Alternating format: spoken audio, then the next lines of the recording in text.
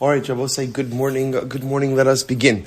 Begin by thanking all of our sponsors for this morning's share. To thank our annual TALMUD Torah sponsor for Tafshin Pei 5785, the Tilson Family of Eretz Yisrael, for dedicating all the shurim and drashos this year as a zechus for besuros, tovos for all of Am Yisroel. Our TALMUD Torah sponsors for the month of Cheshvan Habo Alinu L'Tova, Steve and Teri Czinn, in honor of the birth of their granddaughter Devorah Eliana Czinn, and in memory of Dr. Zinn's father, Bunim Tzvi Ben Chaim, Shmuel Robyn Korobkin, in the zechus for refuah sheleima for Rabbi's cousin serving in the IDF, Benyamin Chaim Pesach ben Musha Chana, and Le'ilu Nishmas, Rabbi's mother, Pesa Mira Bas Chaim. Dr. Moshe and Ellen Gavant, in memory of Dr. Gavant's parents, Yakov, Meir ben Moshe Leib, and Sheena Bas Abba, Dr. Behzad and Yemina Soufer of Los Angeles, in the merit of a refuah sheleima for Esther Bracha Bas Chaya. And our week of learning sponsors lay a soul in memory of Selma Wolf, Zichron Livracha.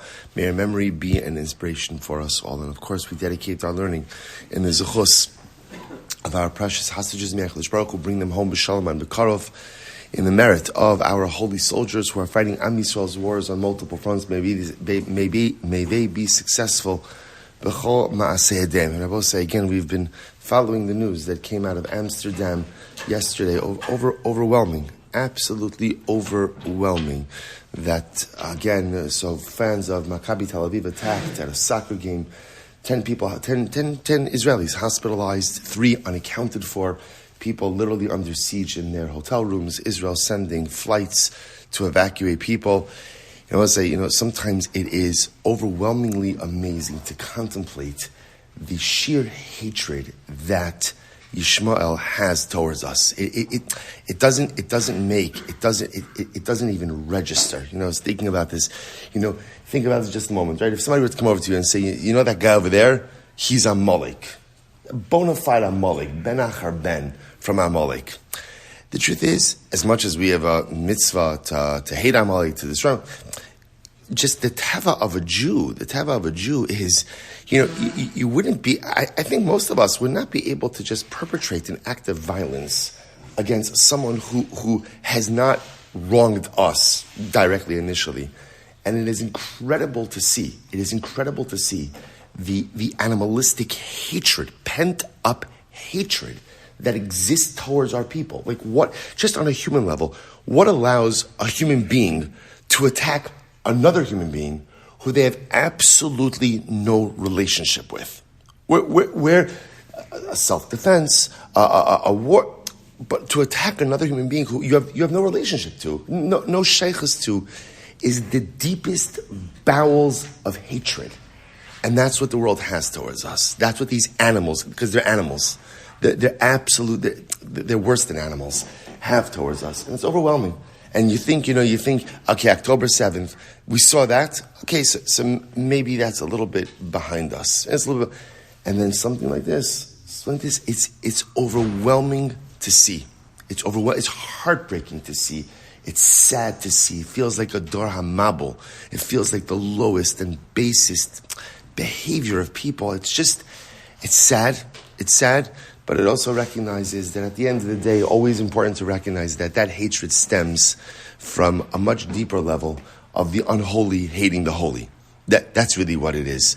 Chol, mundane, always has a hatred towards Kodesh.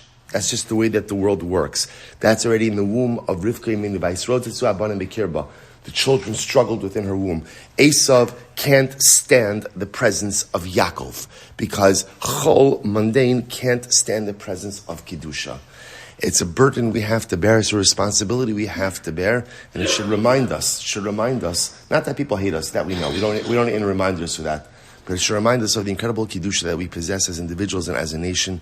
Kadosh Baruch Hu should give a refuah sheleima for all of those who are injured. Kadosh Baruch Hu should allow, who knows, 3 Jews unaccounted for. Overwhelming. More people missing, more Jews unaccounted for. Kadosh Baruch Hu should just bring Mashiach, should bring Geula, should see that our people have had enough of contending with this unprovoked unprovoked and unimaginable hatred. Let's Baruch Hu should see that we've had thousands of years of this. It's enough. Should bring the Geula, should bring Mashiach. Klal Yisrael should know Bracha, Klal Yisrael should know Hatzlacha, and Klal Yisrael should only know besuros, tovos, and Yahrzeit Hashem for generations to come. I will say, let's begin. We have a lot to do today. Today's daf is Kuf Lamed Vav 136, and we are picking up in Yahrzeit Hashem on Kuf Lamed Hamid Beis 135b. We are picking up in Yahrzeit Hashem. Let's actually just go back Va'ot Tashma. It's 2, 4, 6, 8, 9 lines up from the bottom. So the Gemara says Va'ot Tashma Rabbi Lazar Amra the Shalach Rabbi Mishvei Rabbi Yavo have a Yodim Sheshalach Rabbi Lazar Legol Mishum Rabbeinu Shchid Mirash Amar Kisvu Utnu Mana Leploni Umeis. Ein kosten the nostin shema lo gamer la haknoser ela b'shtar ve'ein shtar la shkoyach. It's the president. Right? Hasn't dealt with the pull strings. All right. So we'll say. So the Gemara says as follows. Thank you. So we'll say. So again, remember this is our topic. Shchimira goes ahead. Shchimira goes ahead and says. Kisvu utnu manal plan. Remember again, as we've been, don't turn it off. Okay. So now shchimira. Remember again. So the halach is that a shchimira has the ability to transfer property without any formal mechanism, even just through his words. Now we're dealing with an interesting case where a shchimira says kisvu utnu, write and deliver it. So the problem is now that shchimira wants a shtar. If he wants a shtar, that's fine as long as we execute it before he dies. The problem is if he dies, you can't go ahead and write a shtar posthumously. So the Gemara says, Rabbi Yochanan Amar Tibadek. Rabbi Yochanan says, let's investigate this. So the Gemara says, Mighty Badek. What does it mean? What does it mean investigate it? Kiyasar Avdini Amar Daitiki Mevatalas Daitiki. So I will say, so first of all, there are two halachas being stated over here. Number one, remember, a daitiki is a deathbed gift. A deathbed gift. One deathbed gift could annul or could overcome, could annul a previous deathbed gift. Meaning what? Let's say Reuben goes ahead and says that when I die, I want my property to go to Shimon. Okay? And then he changes his mind. And he says, I want my property to go to Levi. Reuben could do that. As long as the property has not been formally transferred as a matana, as a gift, right now, but rather it's only going to be chal when Reuben dies. So he has the ability to change his mind about that. That's what it means. Daitiki mevatalas daitiki. If you look at the Rashbam says Shchid Mira shekasav lechasav laechad. So Shchid Mira, so Reuven wrote in a document, when I die, my property should go to Shimon. V'chazer v'kasav laacher. Sheni kodem rishon lo kona. Shai Shchid Mira yochol lachzor b'matanoso kidamir prak mishameis. So Moshe. So again, now remember. There are different ways that Shchimira could convey property. A Shchimira could say, my property hereby belongs to, right now, hereby belongs to Shimon. So if Reuven says that, my property now belongs to Shimon, that is a transfer that has occurred now, a matana that's occurred now, no backseas. But if he says, when I die, right in the document, right, Reuven has said that when I die, my property goes to Shimon, okay, that's fine. Then a day later, he decides, you know what, Shimon didn't come to visit me, I'm giving it to Levi, he has the ability to do so. That's what it means. And so the second document is Vatal the first. The Gemara said, furthermore, that's not really our topic. Shchimira she'amar kisvu utenu mana leploni umei. Similarly, again, if a shchimira writes, or shchimira says, write a document and give a mana to Shimon, right? So Reuben is, we'll just call it shchimira. Shchimira says, go ahead and write the document, and in that document, convey a mana to Reuven. Umeis, and now what happens? Shchimira dies. Now Shchimira died before we had the ability to write the document. So what do? So the Gemara is like this. Rowan, we analyze the following. Im kim yafes kocho kosvin ve'im lav in kosvin. So we'll say this is fascinating. Now the shaila is as follows. We ask ourselves, why did Shchimira want to write the document? Now there are two possibilities. Possibility A is that he wanted the document to serve as the mechanism for transfer. Possibility 2 is that no, the mechanism for transfer are just the words of the Shchimira. What's the document for? The document is for documentation, just proof for Reuven that he is the owner of the mana. What's the nafkamina? Rabbi say, here we go. The nafkamina is like this. If Shchimira dies before the document is written, you cannot write a document that is the mechanism of transfer after the death of the grantor. You can't do that. You can't do that, right? Because that's a posthumous transaction that can't happen. However, if the point of the document was just to go ahead and serve as a proof, a document of proof, that halacha l'maisa, that Reuven was the recipient or is the owner of the mana, that's fine. You could write a proof document even after the death of the Shchimira. You can't write a transfer document after death of Shemira. So that's Rabbi Yochanan, that's what he means when he says, tibadek, that a Shchiv Meira said, kisvu utenu mana leploni. Write a document and give a mana to Ruvain, and then Shchiv Meira dies before the document was written. So Rabbi Yochanan says, tibadek. So what do? We have to analyze. Why did Shchiv Meira write a document? Did he want the document because that's a mechanism of transfer, in which case you can't do that after Shchiv Meira died? Or did he want a document just as a source of proof, in which case you could even do that after he died? Incredible. So the Gemara says as follows: Mas Rabbi Abba Bar Mamel, Rabbi Bar Mamel raised the kasha. Bari Sharon Kisut Tinumana Leploni Umeis in Kos Venosnin. So if a healthy person, right, a regular guy, writes Kisvu Utinumana Leploni, and then he dies. So the halacha is you cannot write that document after he died. And I will say now the assumption is over here because by bari, when he writes Kisvu Utinu, right? What does he mean? That document is a document of transfer. And you cannot go ahead and create a document of transfer after the death of the grantor. The Gemara says, what do you see from here? You can infer from this that it's only a bari. But a shchimira, if he wrote kisvu tenu, and then he died before it was written, you could write it even after he died. So it's kasha we said before. So the Gemara says, no, b'miyafa es kocho. Rabbi says, this is what we just answered before. It depends on why the document is being written, right? If the document is being written just as a form of proof for the recipient, then you could even write that after the death of the Shchiv Meira. If it's a document to effect transfer, then you can't do that after the death of the Shchiv Meira. Incredible. Someone says, by the way, Heichi dami miyafes kocho. How is it? Like, how do you know? Is it, in other words, now what the Gemara is asking is it possible to see kind of like in the document itself? It's possible to see in the document itself what that looks like, what that distinction looks like. Top of Kuf Lamed Vav 136a. Kidam Rav Chisda v'kanina minei mosif al matanasa da. So we'll say hachanami da amar af ksovo bechasumu v'havalei. So we'll say so Rav Chisda explains that was the way it's written in the document is vikanina mine, right? We acquired it on his behalf. Mosif al matanasa da. In addition to this, matana. If you look in the Rashbam, in the right where the short lines start, about 3 lines, and it's the middle of a Rashi. Rashi says, "Hechidam yafes kochal am Rav Chisda v'kanina minei mosef amatanasa da." Klomar hakinyan eno ela tosefes ba'amal yafos es kochal. So we'll say, so it's written in the document. It's written in the document that we, the witnesses on this document, acquired it on his behalf in order to bolster his ownership. So in other words, so that lashon by definition indicates that the recipient acquired the gift. How did he acquire the gift? Because the Shchiv Meira conveyed it to him. The shtar, and therefore again, I also remember again, when you have a shtar, often what the shtar includes is that the witnesses are acquiring something on behalf of the recipient. That additional kinyan is just to bolster his ownership. But that additional kinyan does not affect ownership. Okay? Itmar Rav Yehuda Shmuel halacha. What's the halacha? Kosvin v'nosnin. T'chin Amarav Nachman halacha kosvin v'nosnin. So we'll say halacha l'maisa. The way the Gemara paskins is that again. So let's take a step back. So what we're left with essentially are two. Well, there are more than 2 models, but for our purposes right now, 2 models of matnas Shchiv Meira. Classic matnas Shchiv Meira is tnu mana leploni. Right, Shchiv Meira is on his deathbed. He wants to convey property, either as a gift now or even a posthumous gift. That's fine. We're going to talk about this. Either way works. He could just do it verbally. That's the power of a Shchiv Meira. Right? The power of a person on his deathbed is that halacha l'maisa. Again, he can convey ownership of property even without any formal kinyan. When does it get complicated? When he writes kisvu utenu, right? Write it down. So now let's say he dies before we write down the document. Can we write the document after his death? So now what we come out with is it depends. If it's a transactional document, the answer is no. Because you cannot affect a transactional document for someone after they're dead.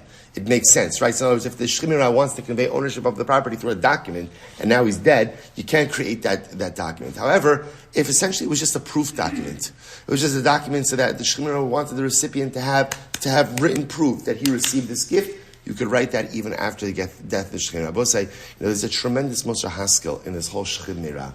Right? This idea, what do you see from it? I know there's a Musha Chana in everything. What's the Musha Chana in Shchiv Meira? That even on your deathbed, you could affect change. The greatness of this halacha is that here is this guy Shmuel. Shmuel is a guy who's going to die imminently. And what does the halacha say? He could totally change people's lives. How? Just through his words. Right? This goes to Ploni. This goes to Ploni. This goes to Ploni.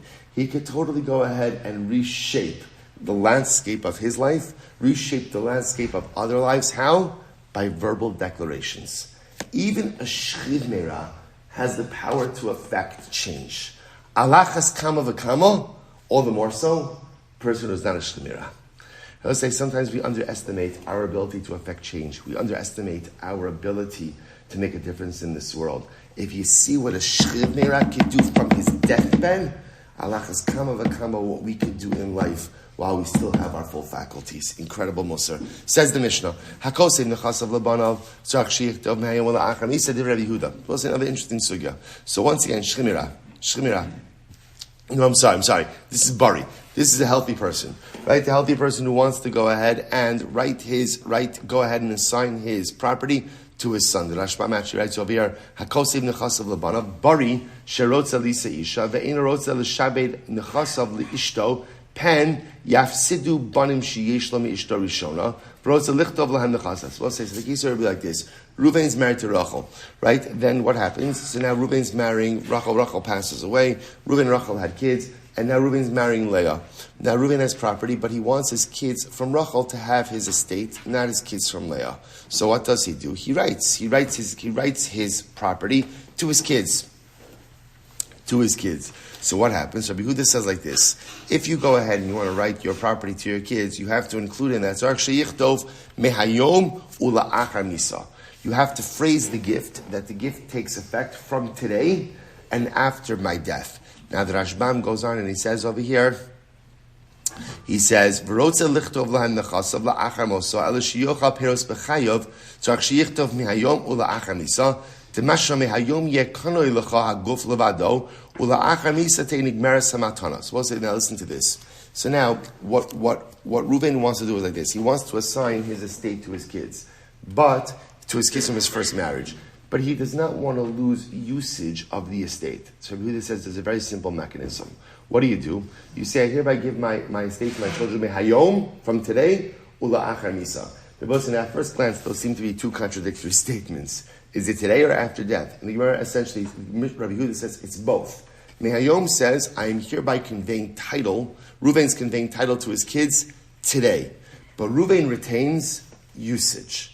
After his death, usage goes to his children. Okay, so that's Rabbi Yehuda. Rabbi Yossi says, no, Eino Sarach, you don't have to write it. In other words, Rabbi Yossi doesn't disagree with the mechanism. He just holds you do not need that phrase of mehayom ula'achar misa.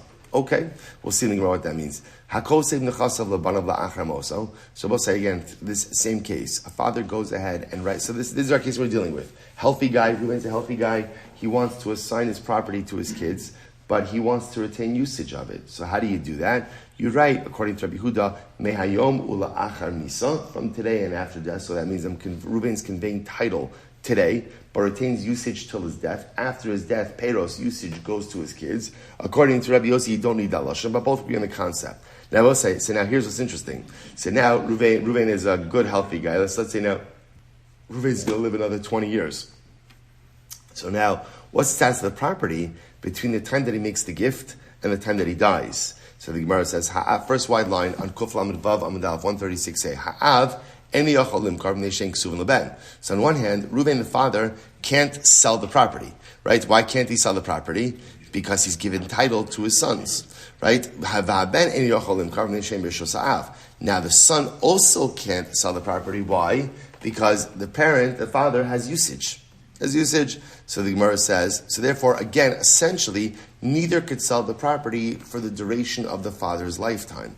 Machar ha'av muchurat shemas. If the father does sell the property is sold until when? Till the father dies. At that point in time, full ownership vests in the son, and he could take it. Machar haben, if the son sold the property, Ein lelokech b'hain ad klum ad sheyamos ha'av. If the son sold the property, then the purchaser has no rights in that property until when? Until the father dies. Okay, beautiful. So let's analyze it. So let's analyze this. Right? So according to Rabbi Yehuda, this is like this. Reuven wants to essentially convey ownership of his estate to his sons from his first marriage, so that any children from a second marriage have no rights in that estate. Okay, so what does he do? At least according to Rabbi Yehuda, he gives a gift, and in the gift he writes, this gift is chal mehayom, from today, ula achar misa. And I would say, what are the mechanics of that? The mechanics are that Reuven is conveying title today, but retains usage until his death, and upon his death, usage, or what we call peros, go to his children.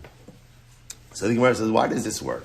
The Gemara says, Hatznan, we learned, mehayom ula achar misa, get ve'eno get. So let's listen to this. Let's look at a parallel case. Reuven is divorcing his wife Rachel.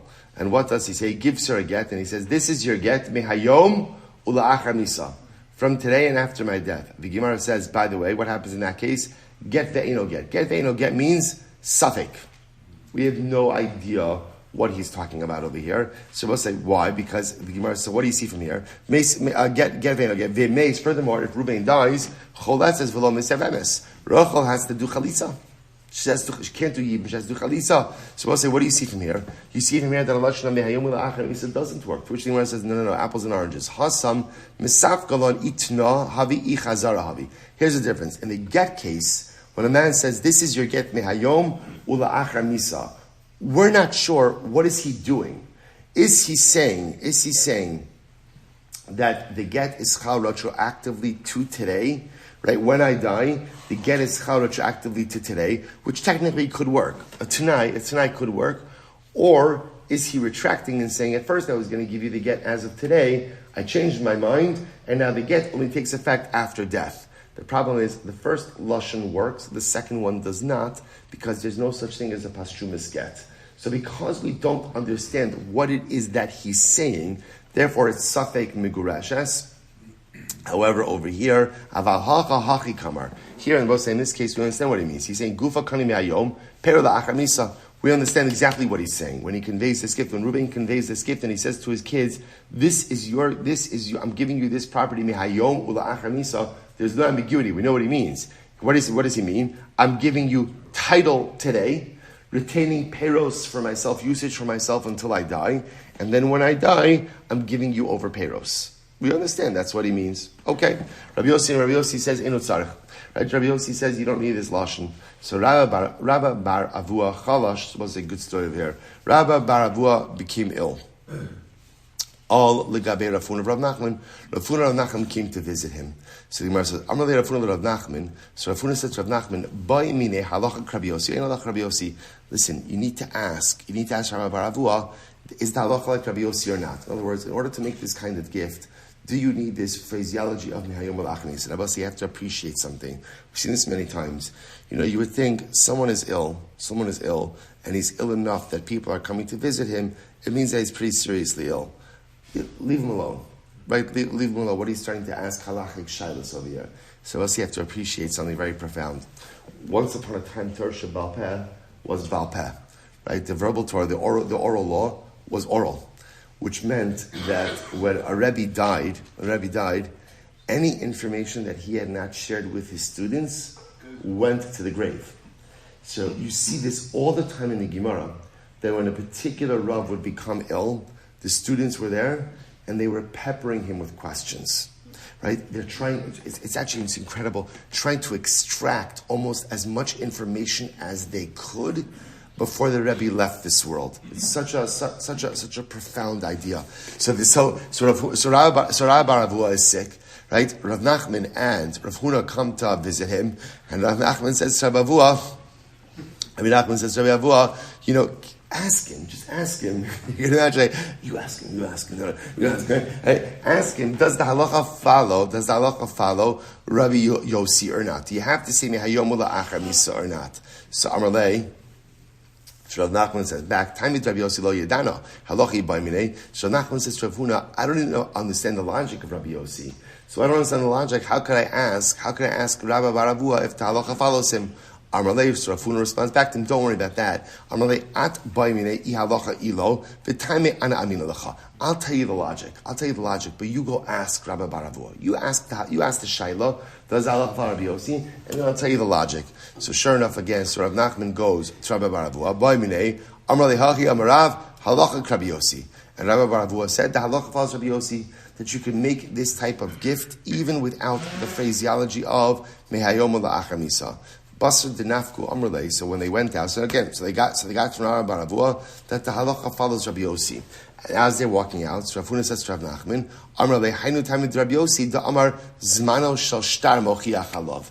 This is fascinating. What's Rabbi Yossi's logic? Rabbi Yossi's logic is the document is dated.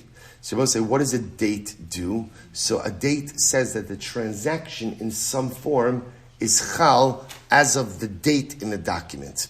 So Rabbi Yossi says like this: when the father goes ahead and gives his son conveys ownership of his property, whether the Sefer Sobo say in general, Rabbi Yossi is going to say like this: a father is not going to give away his property to his kid, right? Why not? Because the father still has to live, right? Remember, this is not a Shchid Mira case. This is a Bari case. So, I'm not signing my property to my kid because I need it. So what is the gift? So, we also understand the gift is what the father is saying is, I'm giving you title as of today. I'm retaining usage, and when I die, you get the usage. So now the Gemara says, and Rabbi Yossi says, you don't need that phrase mehayom la'achar misa, right? Why not? Because that's understood in the date. Right? The date says this transaction is effective as of today. Which transaction? Conveyance of title, retaining of peros, and upon death, you, my son, get the peros as well. That's it. That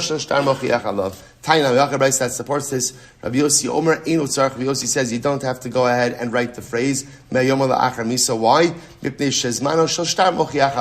Because the date essentially does the same thing. Fascinating. Ba'minei Rabbi Rav Nachman, Bakna Mahu. So we'll say now there's an interesting shiloh over here. Bakna Mahu means what happens. Well, take a look at the Rashbam for just a moment. Bakna Mahu, it's in the middle of the wide lines, like punct in the middle of the wide lines. Bakna Mahu, Bishtar Shekasav Bokinyin, Bi Pligi Rabbi Huda, Umatzrech Lemichtav Mehayom. So we'll see, here's what's interesting. What happens if the document, it's the same case, right? Yakov wants to convey property to his sons Reuven and Shimon because he was married to Rachel. Rachel died, and now he's going to marry Leah. So what happens? He doesn't want Leah's kids to. He doesn't want kids from a second marriage to inherit. He wants to give it to his kids. So now, remember, with Machlokes, Rabbi Huda and Rabbi Yossi, how do you write such a shtar like that? Rabbi Huda says you have to write in there Mehayom la'achar misa, that this transaction works from today and after my death. And the way we understand that is I'm giving you over title today, retaining peros, usage for myself, and upon my death, usage goes to you, my children. Okay? Rabbi Yossi says you don't need that. You have the date. The date says the same thing. The date essentially says title goes as of the date in the shtar, peros comes after I die. Fine. So we'll say, what about if you have a document that has a lashon of kinyan inside of it, right? That in the document itself, there's the lashon of conveyance. According to Rabbi Yehuda, does that take away the need for the phrase mehayom la'achar misa? That's the shayla. So why not nachem bakna mau? Amalei bakna inosarch. No. If the document itself has a lashon of kinyan, then you don't need that phrase mehayom la'achar misa. Rapapi says, Ika aknaisa de tzarach, Ika aknaisa de lo tzarach. Sometimes you have wording that does require mehayom la'achar misa. Sometimes you have wording that doesn't require it. How so? So akniye v'kanina minai. Supposed to say if the wording is as such, akniye, acquire it, and then the witness is right, we acquired it on his behalf. Lo tzarach, then you don't need the phrase mehayom la'achar misa. Kanina minei va'akni minei, but if the order is reversed, we acquired it from him, or I should say on his behalf, and he acquired it, or go acquire it, you do need mihayim la'achar misa. Now I will say, we're not going to get so into this now because the truth is the Gemara is going to reject this in just a moment. Maskiv Rav Chanina Misura, so Rav Chanina Misura is the kasha, mi ika midi da'ana lo yadinan v'safri yadi. So Rav Chanina Misura said, first of all, I never heard of this distinction. I never heard of this distinction of this type of wording in the shtar. So we, the Rabbanim, never heard of it. The Sofrim, right, the scribes heard of it. The Gemara says, "Sha'alu l'safri d'Abaye." So sure enough, they asked about this to the scribes of Abaye. V'yadi, and the scribes actually knew about it. L'safri d'Rava v'yadi. They asked the scribes of Rava, and the scribes of Rava knew about it as well. Rav Yeshua Amar bein akniye ve'kanina minei, bein kanina minei ve'akniye minei lo tzarich. So we'll say, so ultimately again comes along Rav Yeshua and says the truth is it doesn't really matter. It doesn't matter which type of lashon of hakna, which type of lashon of kinyan you have, and what order it is. If there is a lashon of kinyan in the shtar itself, everyone agrees that you do not need mehayom la'achar misa. So we'll say just to show you. Well, ubeduchron piskami dahava ba'an pana pligi. So we'll say, what is that last phrase? I mean, if you take a look at the Rashbam. The Rashbam says as follows. The Rashbam says, "Ubeduchran paskami haynu shtar edus below kinyan zichron dvarim below zichron kinyan vayikra nacham damra haknoa eno tzarich." I will say, if you have a doc, where does the machlokas come up? So we'll say, let me tell you this outside for just a second. Essentially, what's coming out of here is as follows, right? Let's go back. Right, I have Yakov, father, wants to convey ownership of his property to his sons. He is a total healthy guy, not a sheleima. So what is he doing? He's writing a document. What does Yakov want to? Let's go through. What does Yakov want to accomplish? What does he want to accomplish? He wants to convey title today, but wants to hold on to usage until he dies. And then upon his death, the payros, the usage will go to his kids. How do you do that? Machlokes Rabbi Huda and Rabbi Yossi. Rabbi Huda says you need to have the phrase mehayom ula'achar misa, from today and after my death. Rabbi Yossi says you don't need that because you have the date. The date effectively says the same thing. Now the Gemara qualifies, and the Gemara says, by the way, where does this machlokas come up? Only if the shtar, the document itself, makes no mention of kinyan, of acquisition. But if the document makes mention of acquisition, then everyone agrees you don't need that phrase of mehayom la'achar, which makes sense. Because the document, you have the date, and the lashon of kinyan in the shtar, and that tells us the mechanism of the transaction, which is father is conveying title today, payros after his death. Incredible. The Gemara says, where do they argue? So where's Machlokes Rabbi Yossi and Rabbi Huda?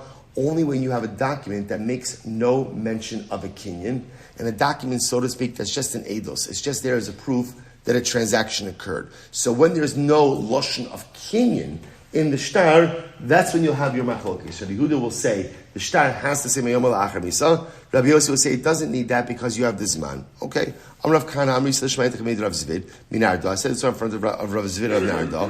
Va'amrali asun hachi mas nisla. This is how you guys quote it.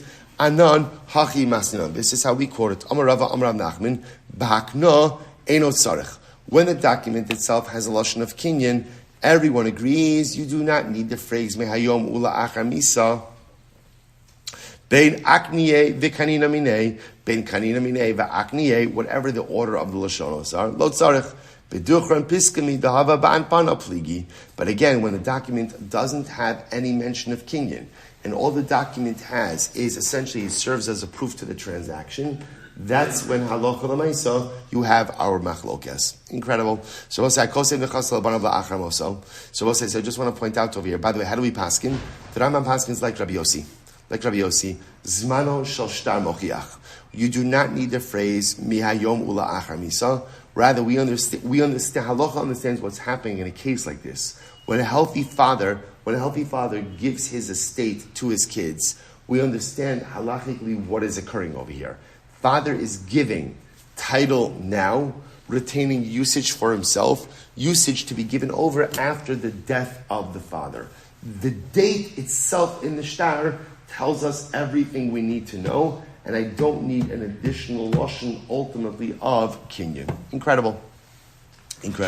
Let's go right. It says the Gemara, Hakosid nechasav libno la'achar moso. Person goes ahead and writes his, so this is the first line of the Mishnah. Person writes his estate to his sons after his death. Itmar, machra ben bechaya avu meisa ben bechaya. So we'll say now let's go back. So remember the Mishnah said really, so now after the father makes this gift until the father dies, neither is really allowed to sell the property, right? The father can't do it because the son has title. The son can't do it because the father has usage. Seidmar. What happens if they did it? So what happens? So Yakov gifted as a property to Reuven. Reuven now sells the property while Yakov is alive. Okay? Then what happens? Unfortunately, Reuven predeceases his father. So son sold the property while his father is alive, and then son predeceases his father. What happens? Amud Bezer will say, Rabbi Yochanan lo kana lokeach. So Rabbi Yochanan says the purchaser does not acquire. Now we'll say, now what's the chiddush over here? The chiddush over, so let's just play this up, right? So Yakov is the father, gifts the property, gives title to Reuven, but retains usage for himself.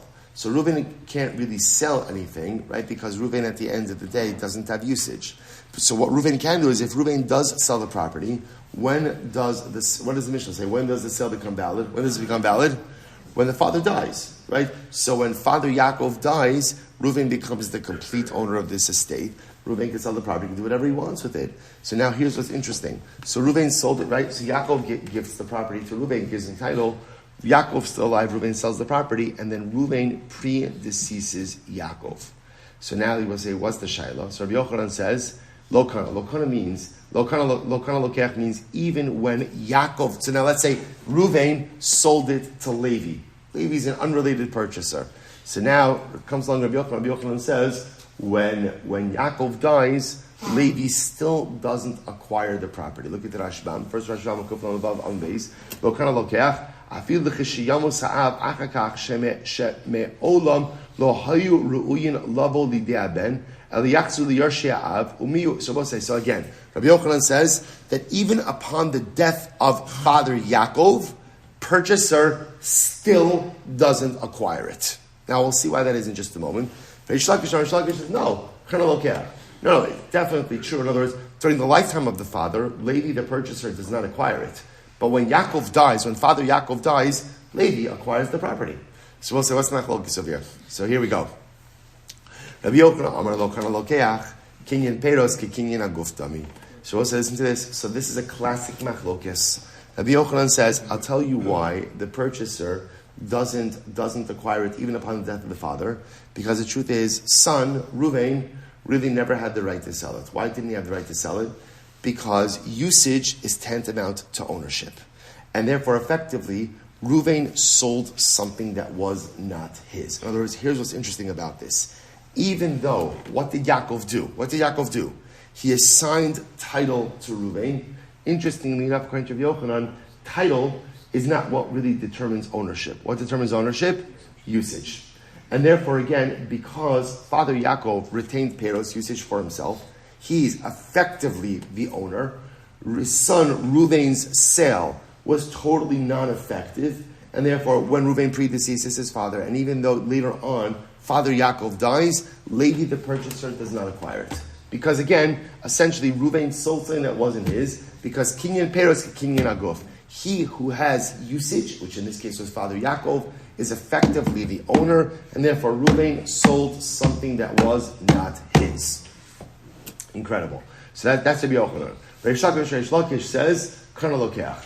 Right? Reish Lakish says, no, it works. Now, what does it mean it works? When Father Yakov dies, Levi gets the property. Right? Because remember again, Reuven sold it. Reuven sold it during Yaakov's lifetime. Then Reuven predeceased Yakov. So when Yakov dies, so Levi obviously won't get anything while Yakov is alive. Everyone is agreeing with that. But when Yakov dies, Levi the purchaser gets it. What's his logic? Kinyan peros, lavka kinyan aguf dami. Reish Lakish's logic is usage is not ownership. Therefore, Reuven had the right to sell it. Reuven had the right to sell it because Reuven was the titular owner. And therefore, because of that, ultimately, again, he has the right to sell it. Levi can't collect on the sale while Yakov is alive. But once Yakov dies, Levi has the ability to claim his purchase. Why? Kinyan peros, lavka kinyan aguf. Usage is not tantamount to ownership. Okay, so we'll say that's our machlokas. Says the Gemara. 1 second. We already had this machlokas. This is not a new machlokas. We've had this before. We'll say it's great. We'll listen to this beautiful, beautiful case. So let's say again, I have a field, and I sell the peros to Reuven. So I own a field in Eretz Yisrael, and I sell my produce to Reuven. Okay. So we'll say, so now what's the halacha? So we'll say, so now this is a bikurim shaila. So we'll say, so now the shaila is is Reuven, so Reuven owns the produce, is Reuven obligated to bring bikurim, first fruits, or not? Now remember again, Reuven owns the produce, he doesn't own the land. So the Gemara says, Rabbi Yochanan, Amar, maybe Vikar. Rabbi Yochanan says, yeah, he brings, and not only that, he reads the psukim. There's a recitation with bikurim. I will say that Rashbam says, 4 lines up from before it gets wide, Vikore, Mikra bikurim dikarina beha adama asher nasata li Hashem. Now I will say, part of Mikra bikurim is this phrase, I thank HaKadosh Baruch Hu for the land that he has given me. So Rabbi Yochanan says, not only does Reuven bring bikurim, but what? He says the pasuk thanking Hashem for giving him this land. Reish Lakish Amar maybe ve'enokar. Reish Lakish says, no, I agree. You bring the bikurim, I absolutely agree with that. But halacha l'maisa, he doesn't read the psukim. Why doesn't he read the psukim? Because you can't thank Hashem for the land that Hashem is giving you. Why? You don't own the land. So let's machlokes. Here we go. Rabbi Yochanan says that Reuven goes ahead and brings the bikurim and reads the psukim. Kasavar kinyan peiros kekinyan aguf dami. Rabbi Yochanan holds again that usage is tantamount to ownership, and therefore, because Reuven has the right to usage, therefore he is considered to be halachically like the owner. Because he's like the owner, he could come and he could say the phrase, "Thank you, Hashem, for the land you have given me." Reish Lakish Amar maybe the enokar. Reish Lakish says he has to bring the bikurim, but he does not read the psukim. Why not? Kinyan peiros lav ki kinyan aguf dami. Kinyan peiros ultimately again is so usage is not tantamount to ownership. So we'll say, so the point over here is, you see, this is a pre-existing machlokes. So in general, whenever you see a machlokes that's a pre-existing machlokes, and the Gemara restates the machlokes, it leaves us scratching our head a little bit, like, why are you bringing this up? We already know this machlokes exists. So, of course, you can find a million different examples or manifestations of this machlokes, but it's not necessary. You said it once, leave it alone. Why the need to say it again over here? To which the Gemara says, I'll tell you why. Good. Because what's Rabbi Yochanan will say like this. I normally hold kinyan peres kinyan aguf. Right? Usage is like ownership. Therefore, again, remember, in the bikurim case, Rabbi Yochanan will say that Reuven, who gets the produce, right? I gave him the produce in my land. Reuven will bring bikurim, and I'll say the psukim. But in this case over here, right? In this case over here, I will say, in this case, we need to go ahead and bring it out. I will say, what's this case? Yakov, Father Yakov, gave over the property. He gave his property to Reuven, right? Gave him title today, right? Retains usage for himself. And after his death, Reuven gets the usage of the property. What happened? Reuven sold the property while Yakov was alive. And now Reuven predeceases Yakov.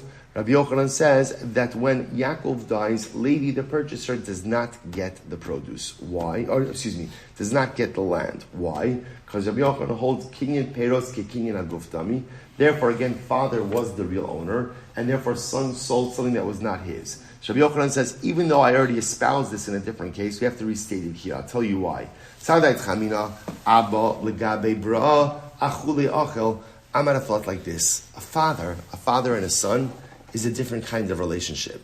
So because it's a different kind of relationship, so therefore again, even though normally we say kinyan peres kinyan aguf, and therefore because father retains usage of the property, he is the true owner. In this case, where Reuven sold the field to Levi, the father's going to be like, fine, okay, I got it, I'll let the sale be valid. Even though, again, I am the quote-unquote owner of this field by dint of the fact that I have the usage, I'll be mochel in this case. Kamashmalan, no. Kamashmalan, that the father is not mochel. Kamashmalan, that kinyan peres and kinyan aguf in all cases, including a father-son. Therefore, because the father has usage, therefore he remains the owner, so to speak, not the titular, but the owner, and therefore the sale that son Reuven does to purchase or Levi is an ineffective sale. Now let's say, by the way, that phrase is one of the most beautiful phrases you'll find in all of Shas. Abba legabe brei achule achel. What is the nature of a relationship between a father and a son? It's marked by one dominant feature: forgiveness. If there's one thing you could always count on from your father, it is forgiveness. Now, that may or may not be true in the case of a human father, but it's absolutely unequivocally true in the case of Abba Bashamayim and the Ribono Shalom. The one thing you could always count on in your relationship with HaKadosh Baruch Hu is mechila. If you want forgiveness, and you're willing to work for forgiveness, and I'm willing to become a Baal Tshuva, mechila is always there. And I will say, is this not the most beautiful feature of our relationship with Hashem? No matter what I do, no matter how badly I mess up, no matter how many times I mess up, no matter how many wrong turns I make in life, one thing you can always count on from your Father is forgiveness. The Father always forgives. That's the mantra. This is the source of our hope. This is the source of our confidence, the source of our optimism, the source of tshuva. Abba legabe brei achule ochel.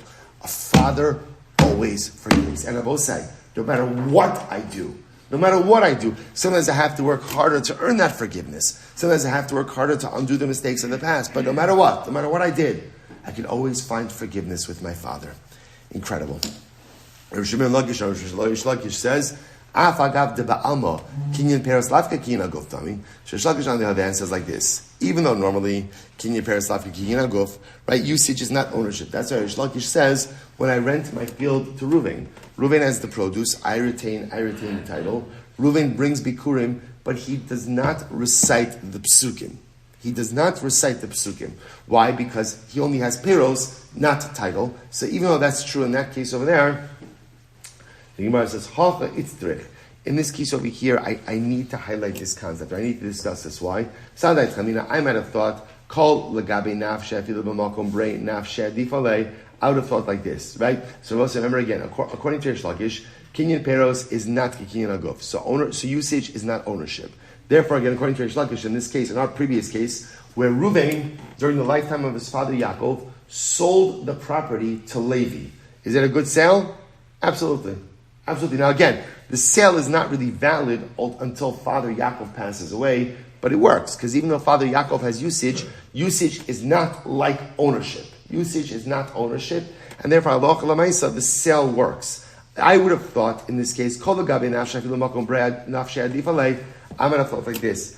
And when is it true that kinyan peres like kinyan aguf? It's true, but when it comes to your own matters, so maybe a father, right? Maybe a father is not mochel on anything, right? And halacha l'maisa, again, a father will be much more insistent that the son doesn't have the ability to sell the produce, even though the father just retains peros. Maybe, again, since this is impacting him, the father, during his lifetime, he's not going to want any sale to anyone else. And maybe, again, his hakpada, his insistence on a non-sale or no sale, will ultimately prevent the sale from being chal. Kamash Mona, if you take a look at the Rashbam for just a moment, the Rashbam says, in the wide lines, about 3 lines in. I'm sorry, wrong Rashbam. So again, we'll just read it inside the Gemara. So I'm going to thought like this. I like Chamina. Call the Gabe Nafshe. Since, in this case, it's impacting the father himself. Afilu b'makom brei, even though he's dealing with his son, Nafshe adifale. Ultimately, his personal interests are more important. And in this case, the father's personal interest is that he retains the property. Even though he only has peros, maybe that should block the sale to a third party. Kamash Mulan, that it does not. Kamash Malan, that Reuven the son has the ability to sell the property during his father's lifetime. Now again, halach l'maisa, Levi the purchaser can't do anything with his purchase until Father Yakov dies, but upon the death of Father Yakov, the sale absolutely takes place. So we'll say, so what we come out with over here is a fundamental machlokes Rabbi Yochanan Reish Lakish, which is an older machlokes. Kinyan peros ke kinyan aguf or lat ke kinyan aguf. Is usage tantamount to ownership? Rabbi Yochanan says yes. Reish Lakish says no. Even though this machlokes was already illustrated in the case of bikurim, the Gemara explains we need to re-illustrate it over here, in this case over here, by the conveyance of property. Why? Because there are special, unique aspects in this particular case. Well, so we'll stop over here for today. So again, we're stopping min machlokes, and Meir Hashem, resolution of this machlokes, resolution of the general machlokes, Rabbi Yochanan Reish Lakish. Tomorrow's daf, we'll say shkoyach and good Erev Shabbos. All right, Chayv Azum, have a great day, everyone, and good Shabbos.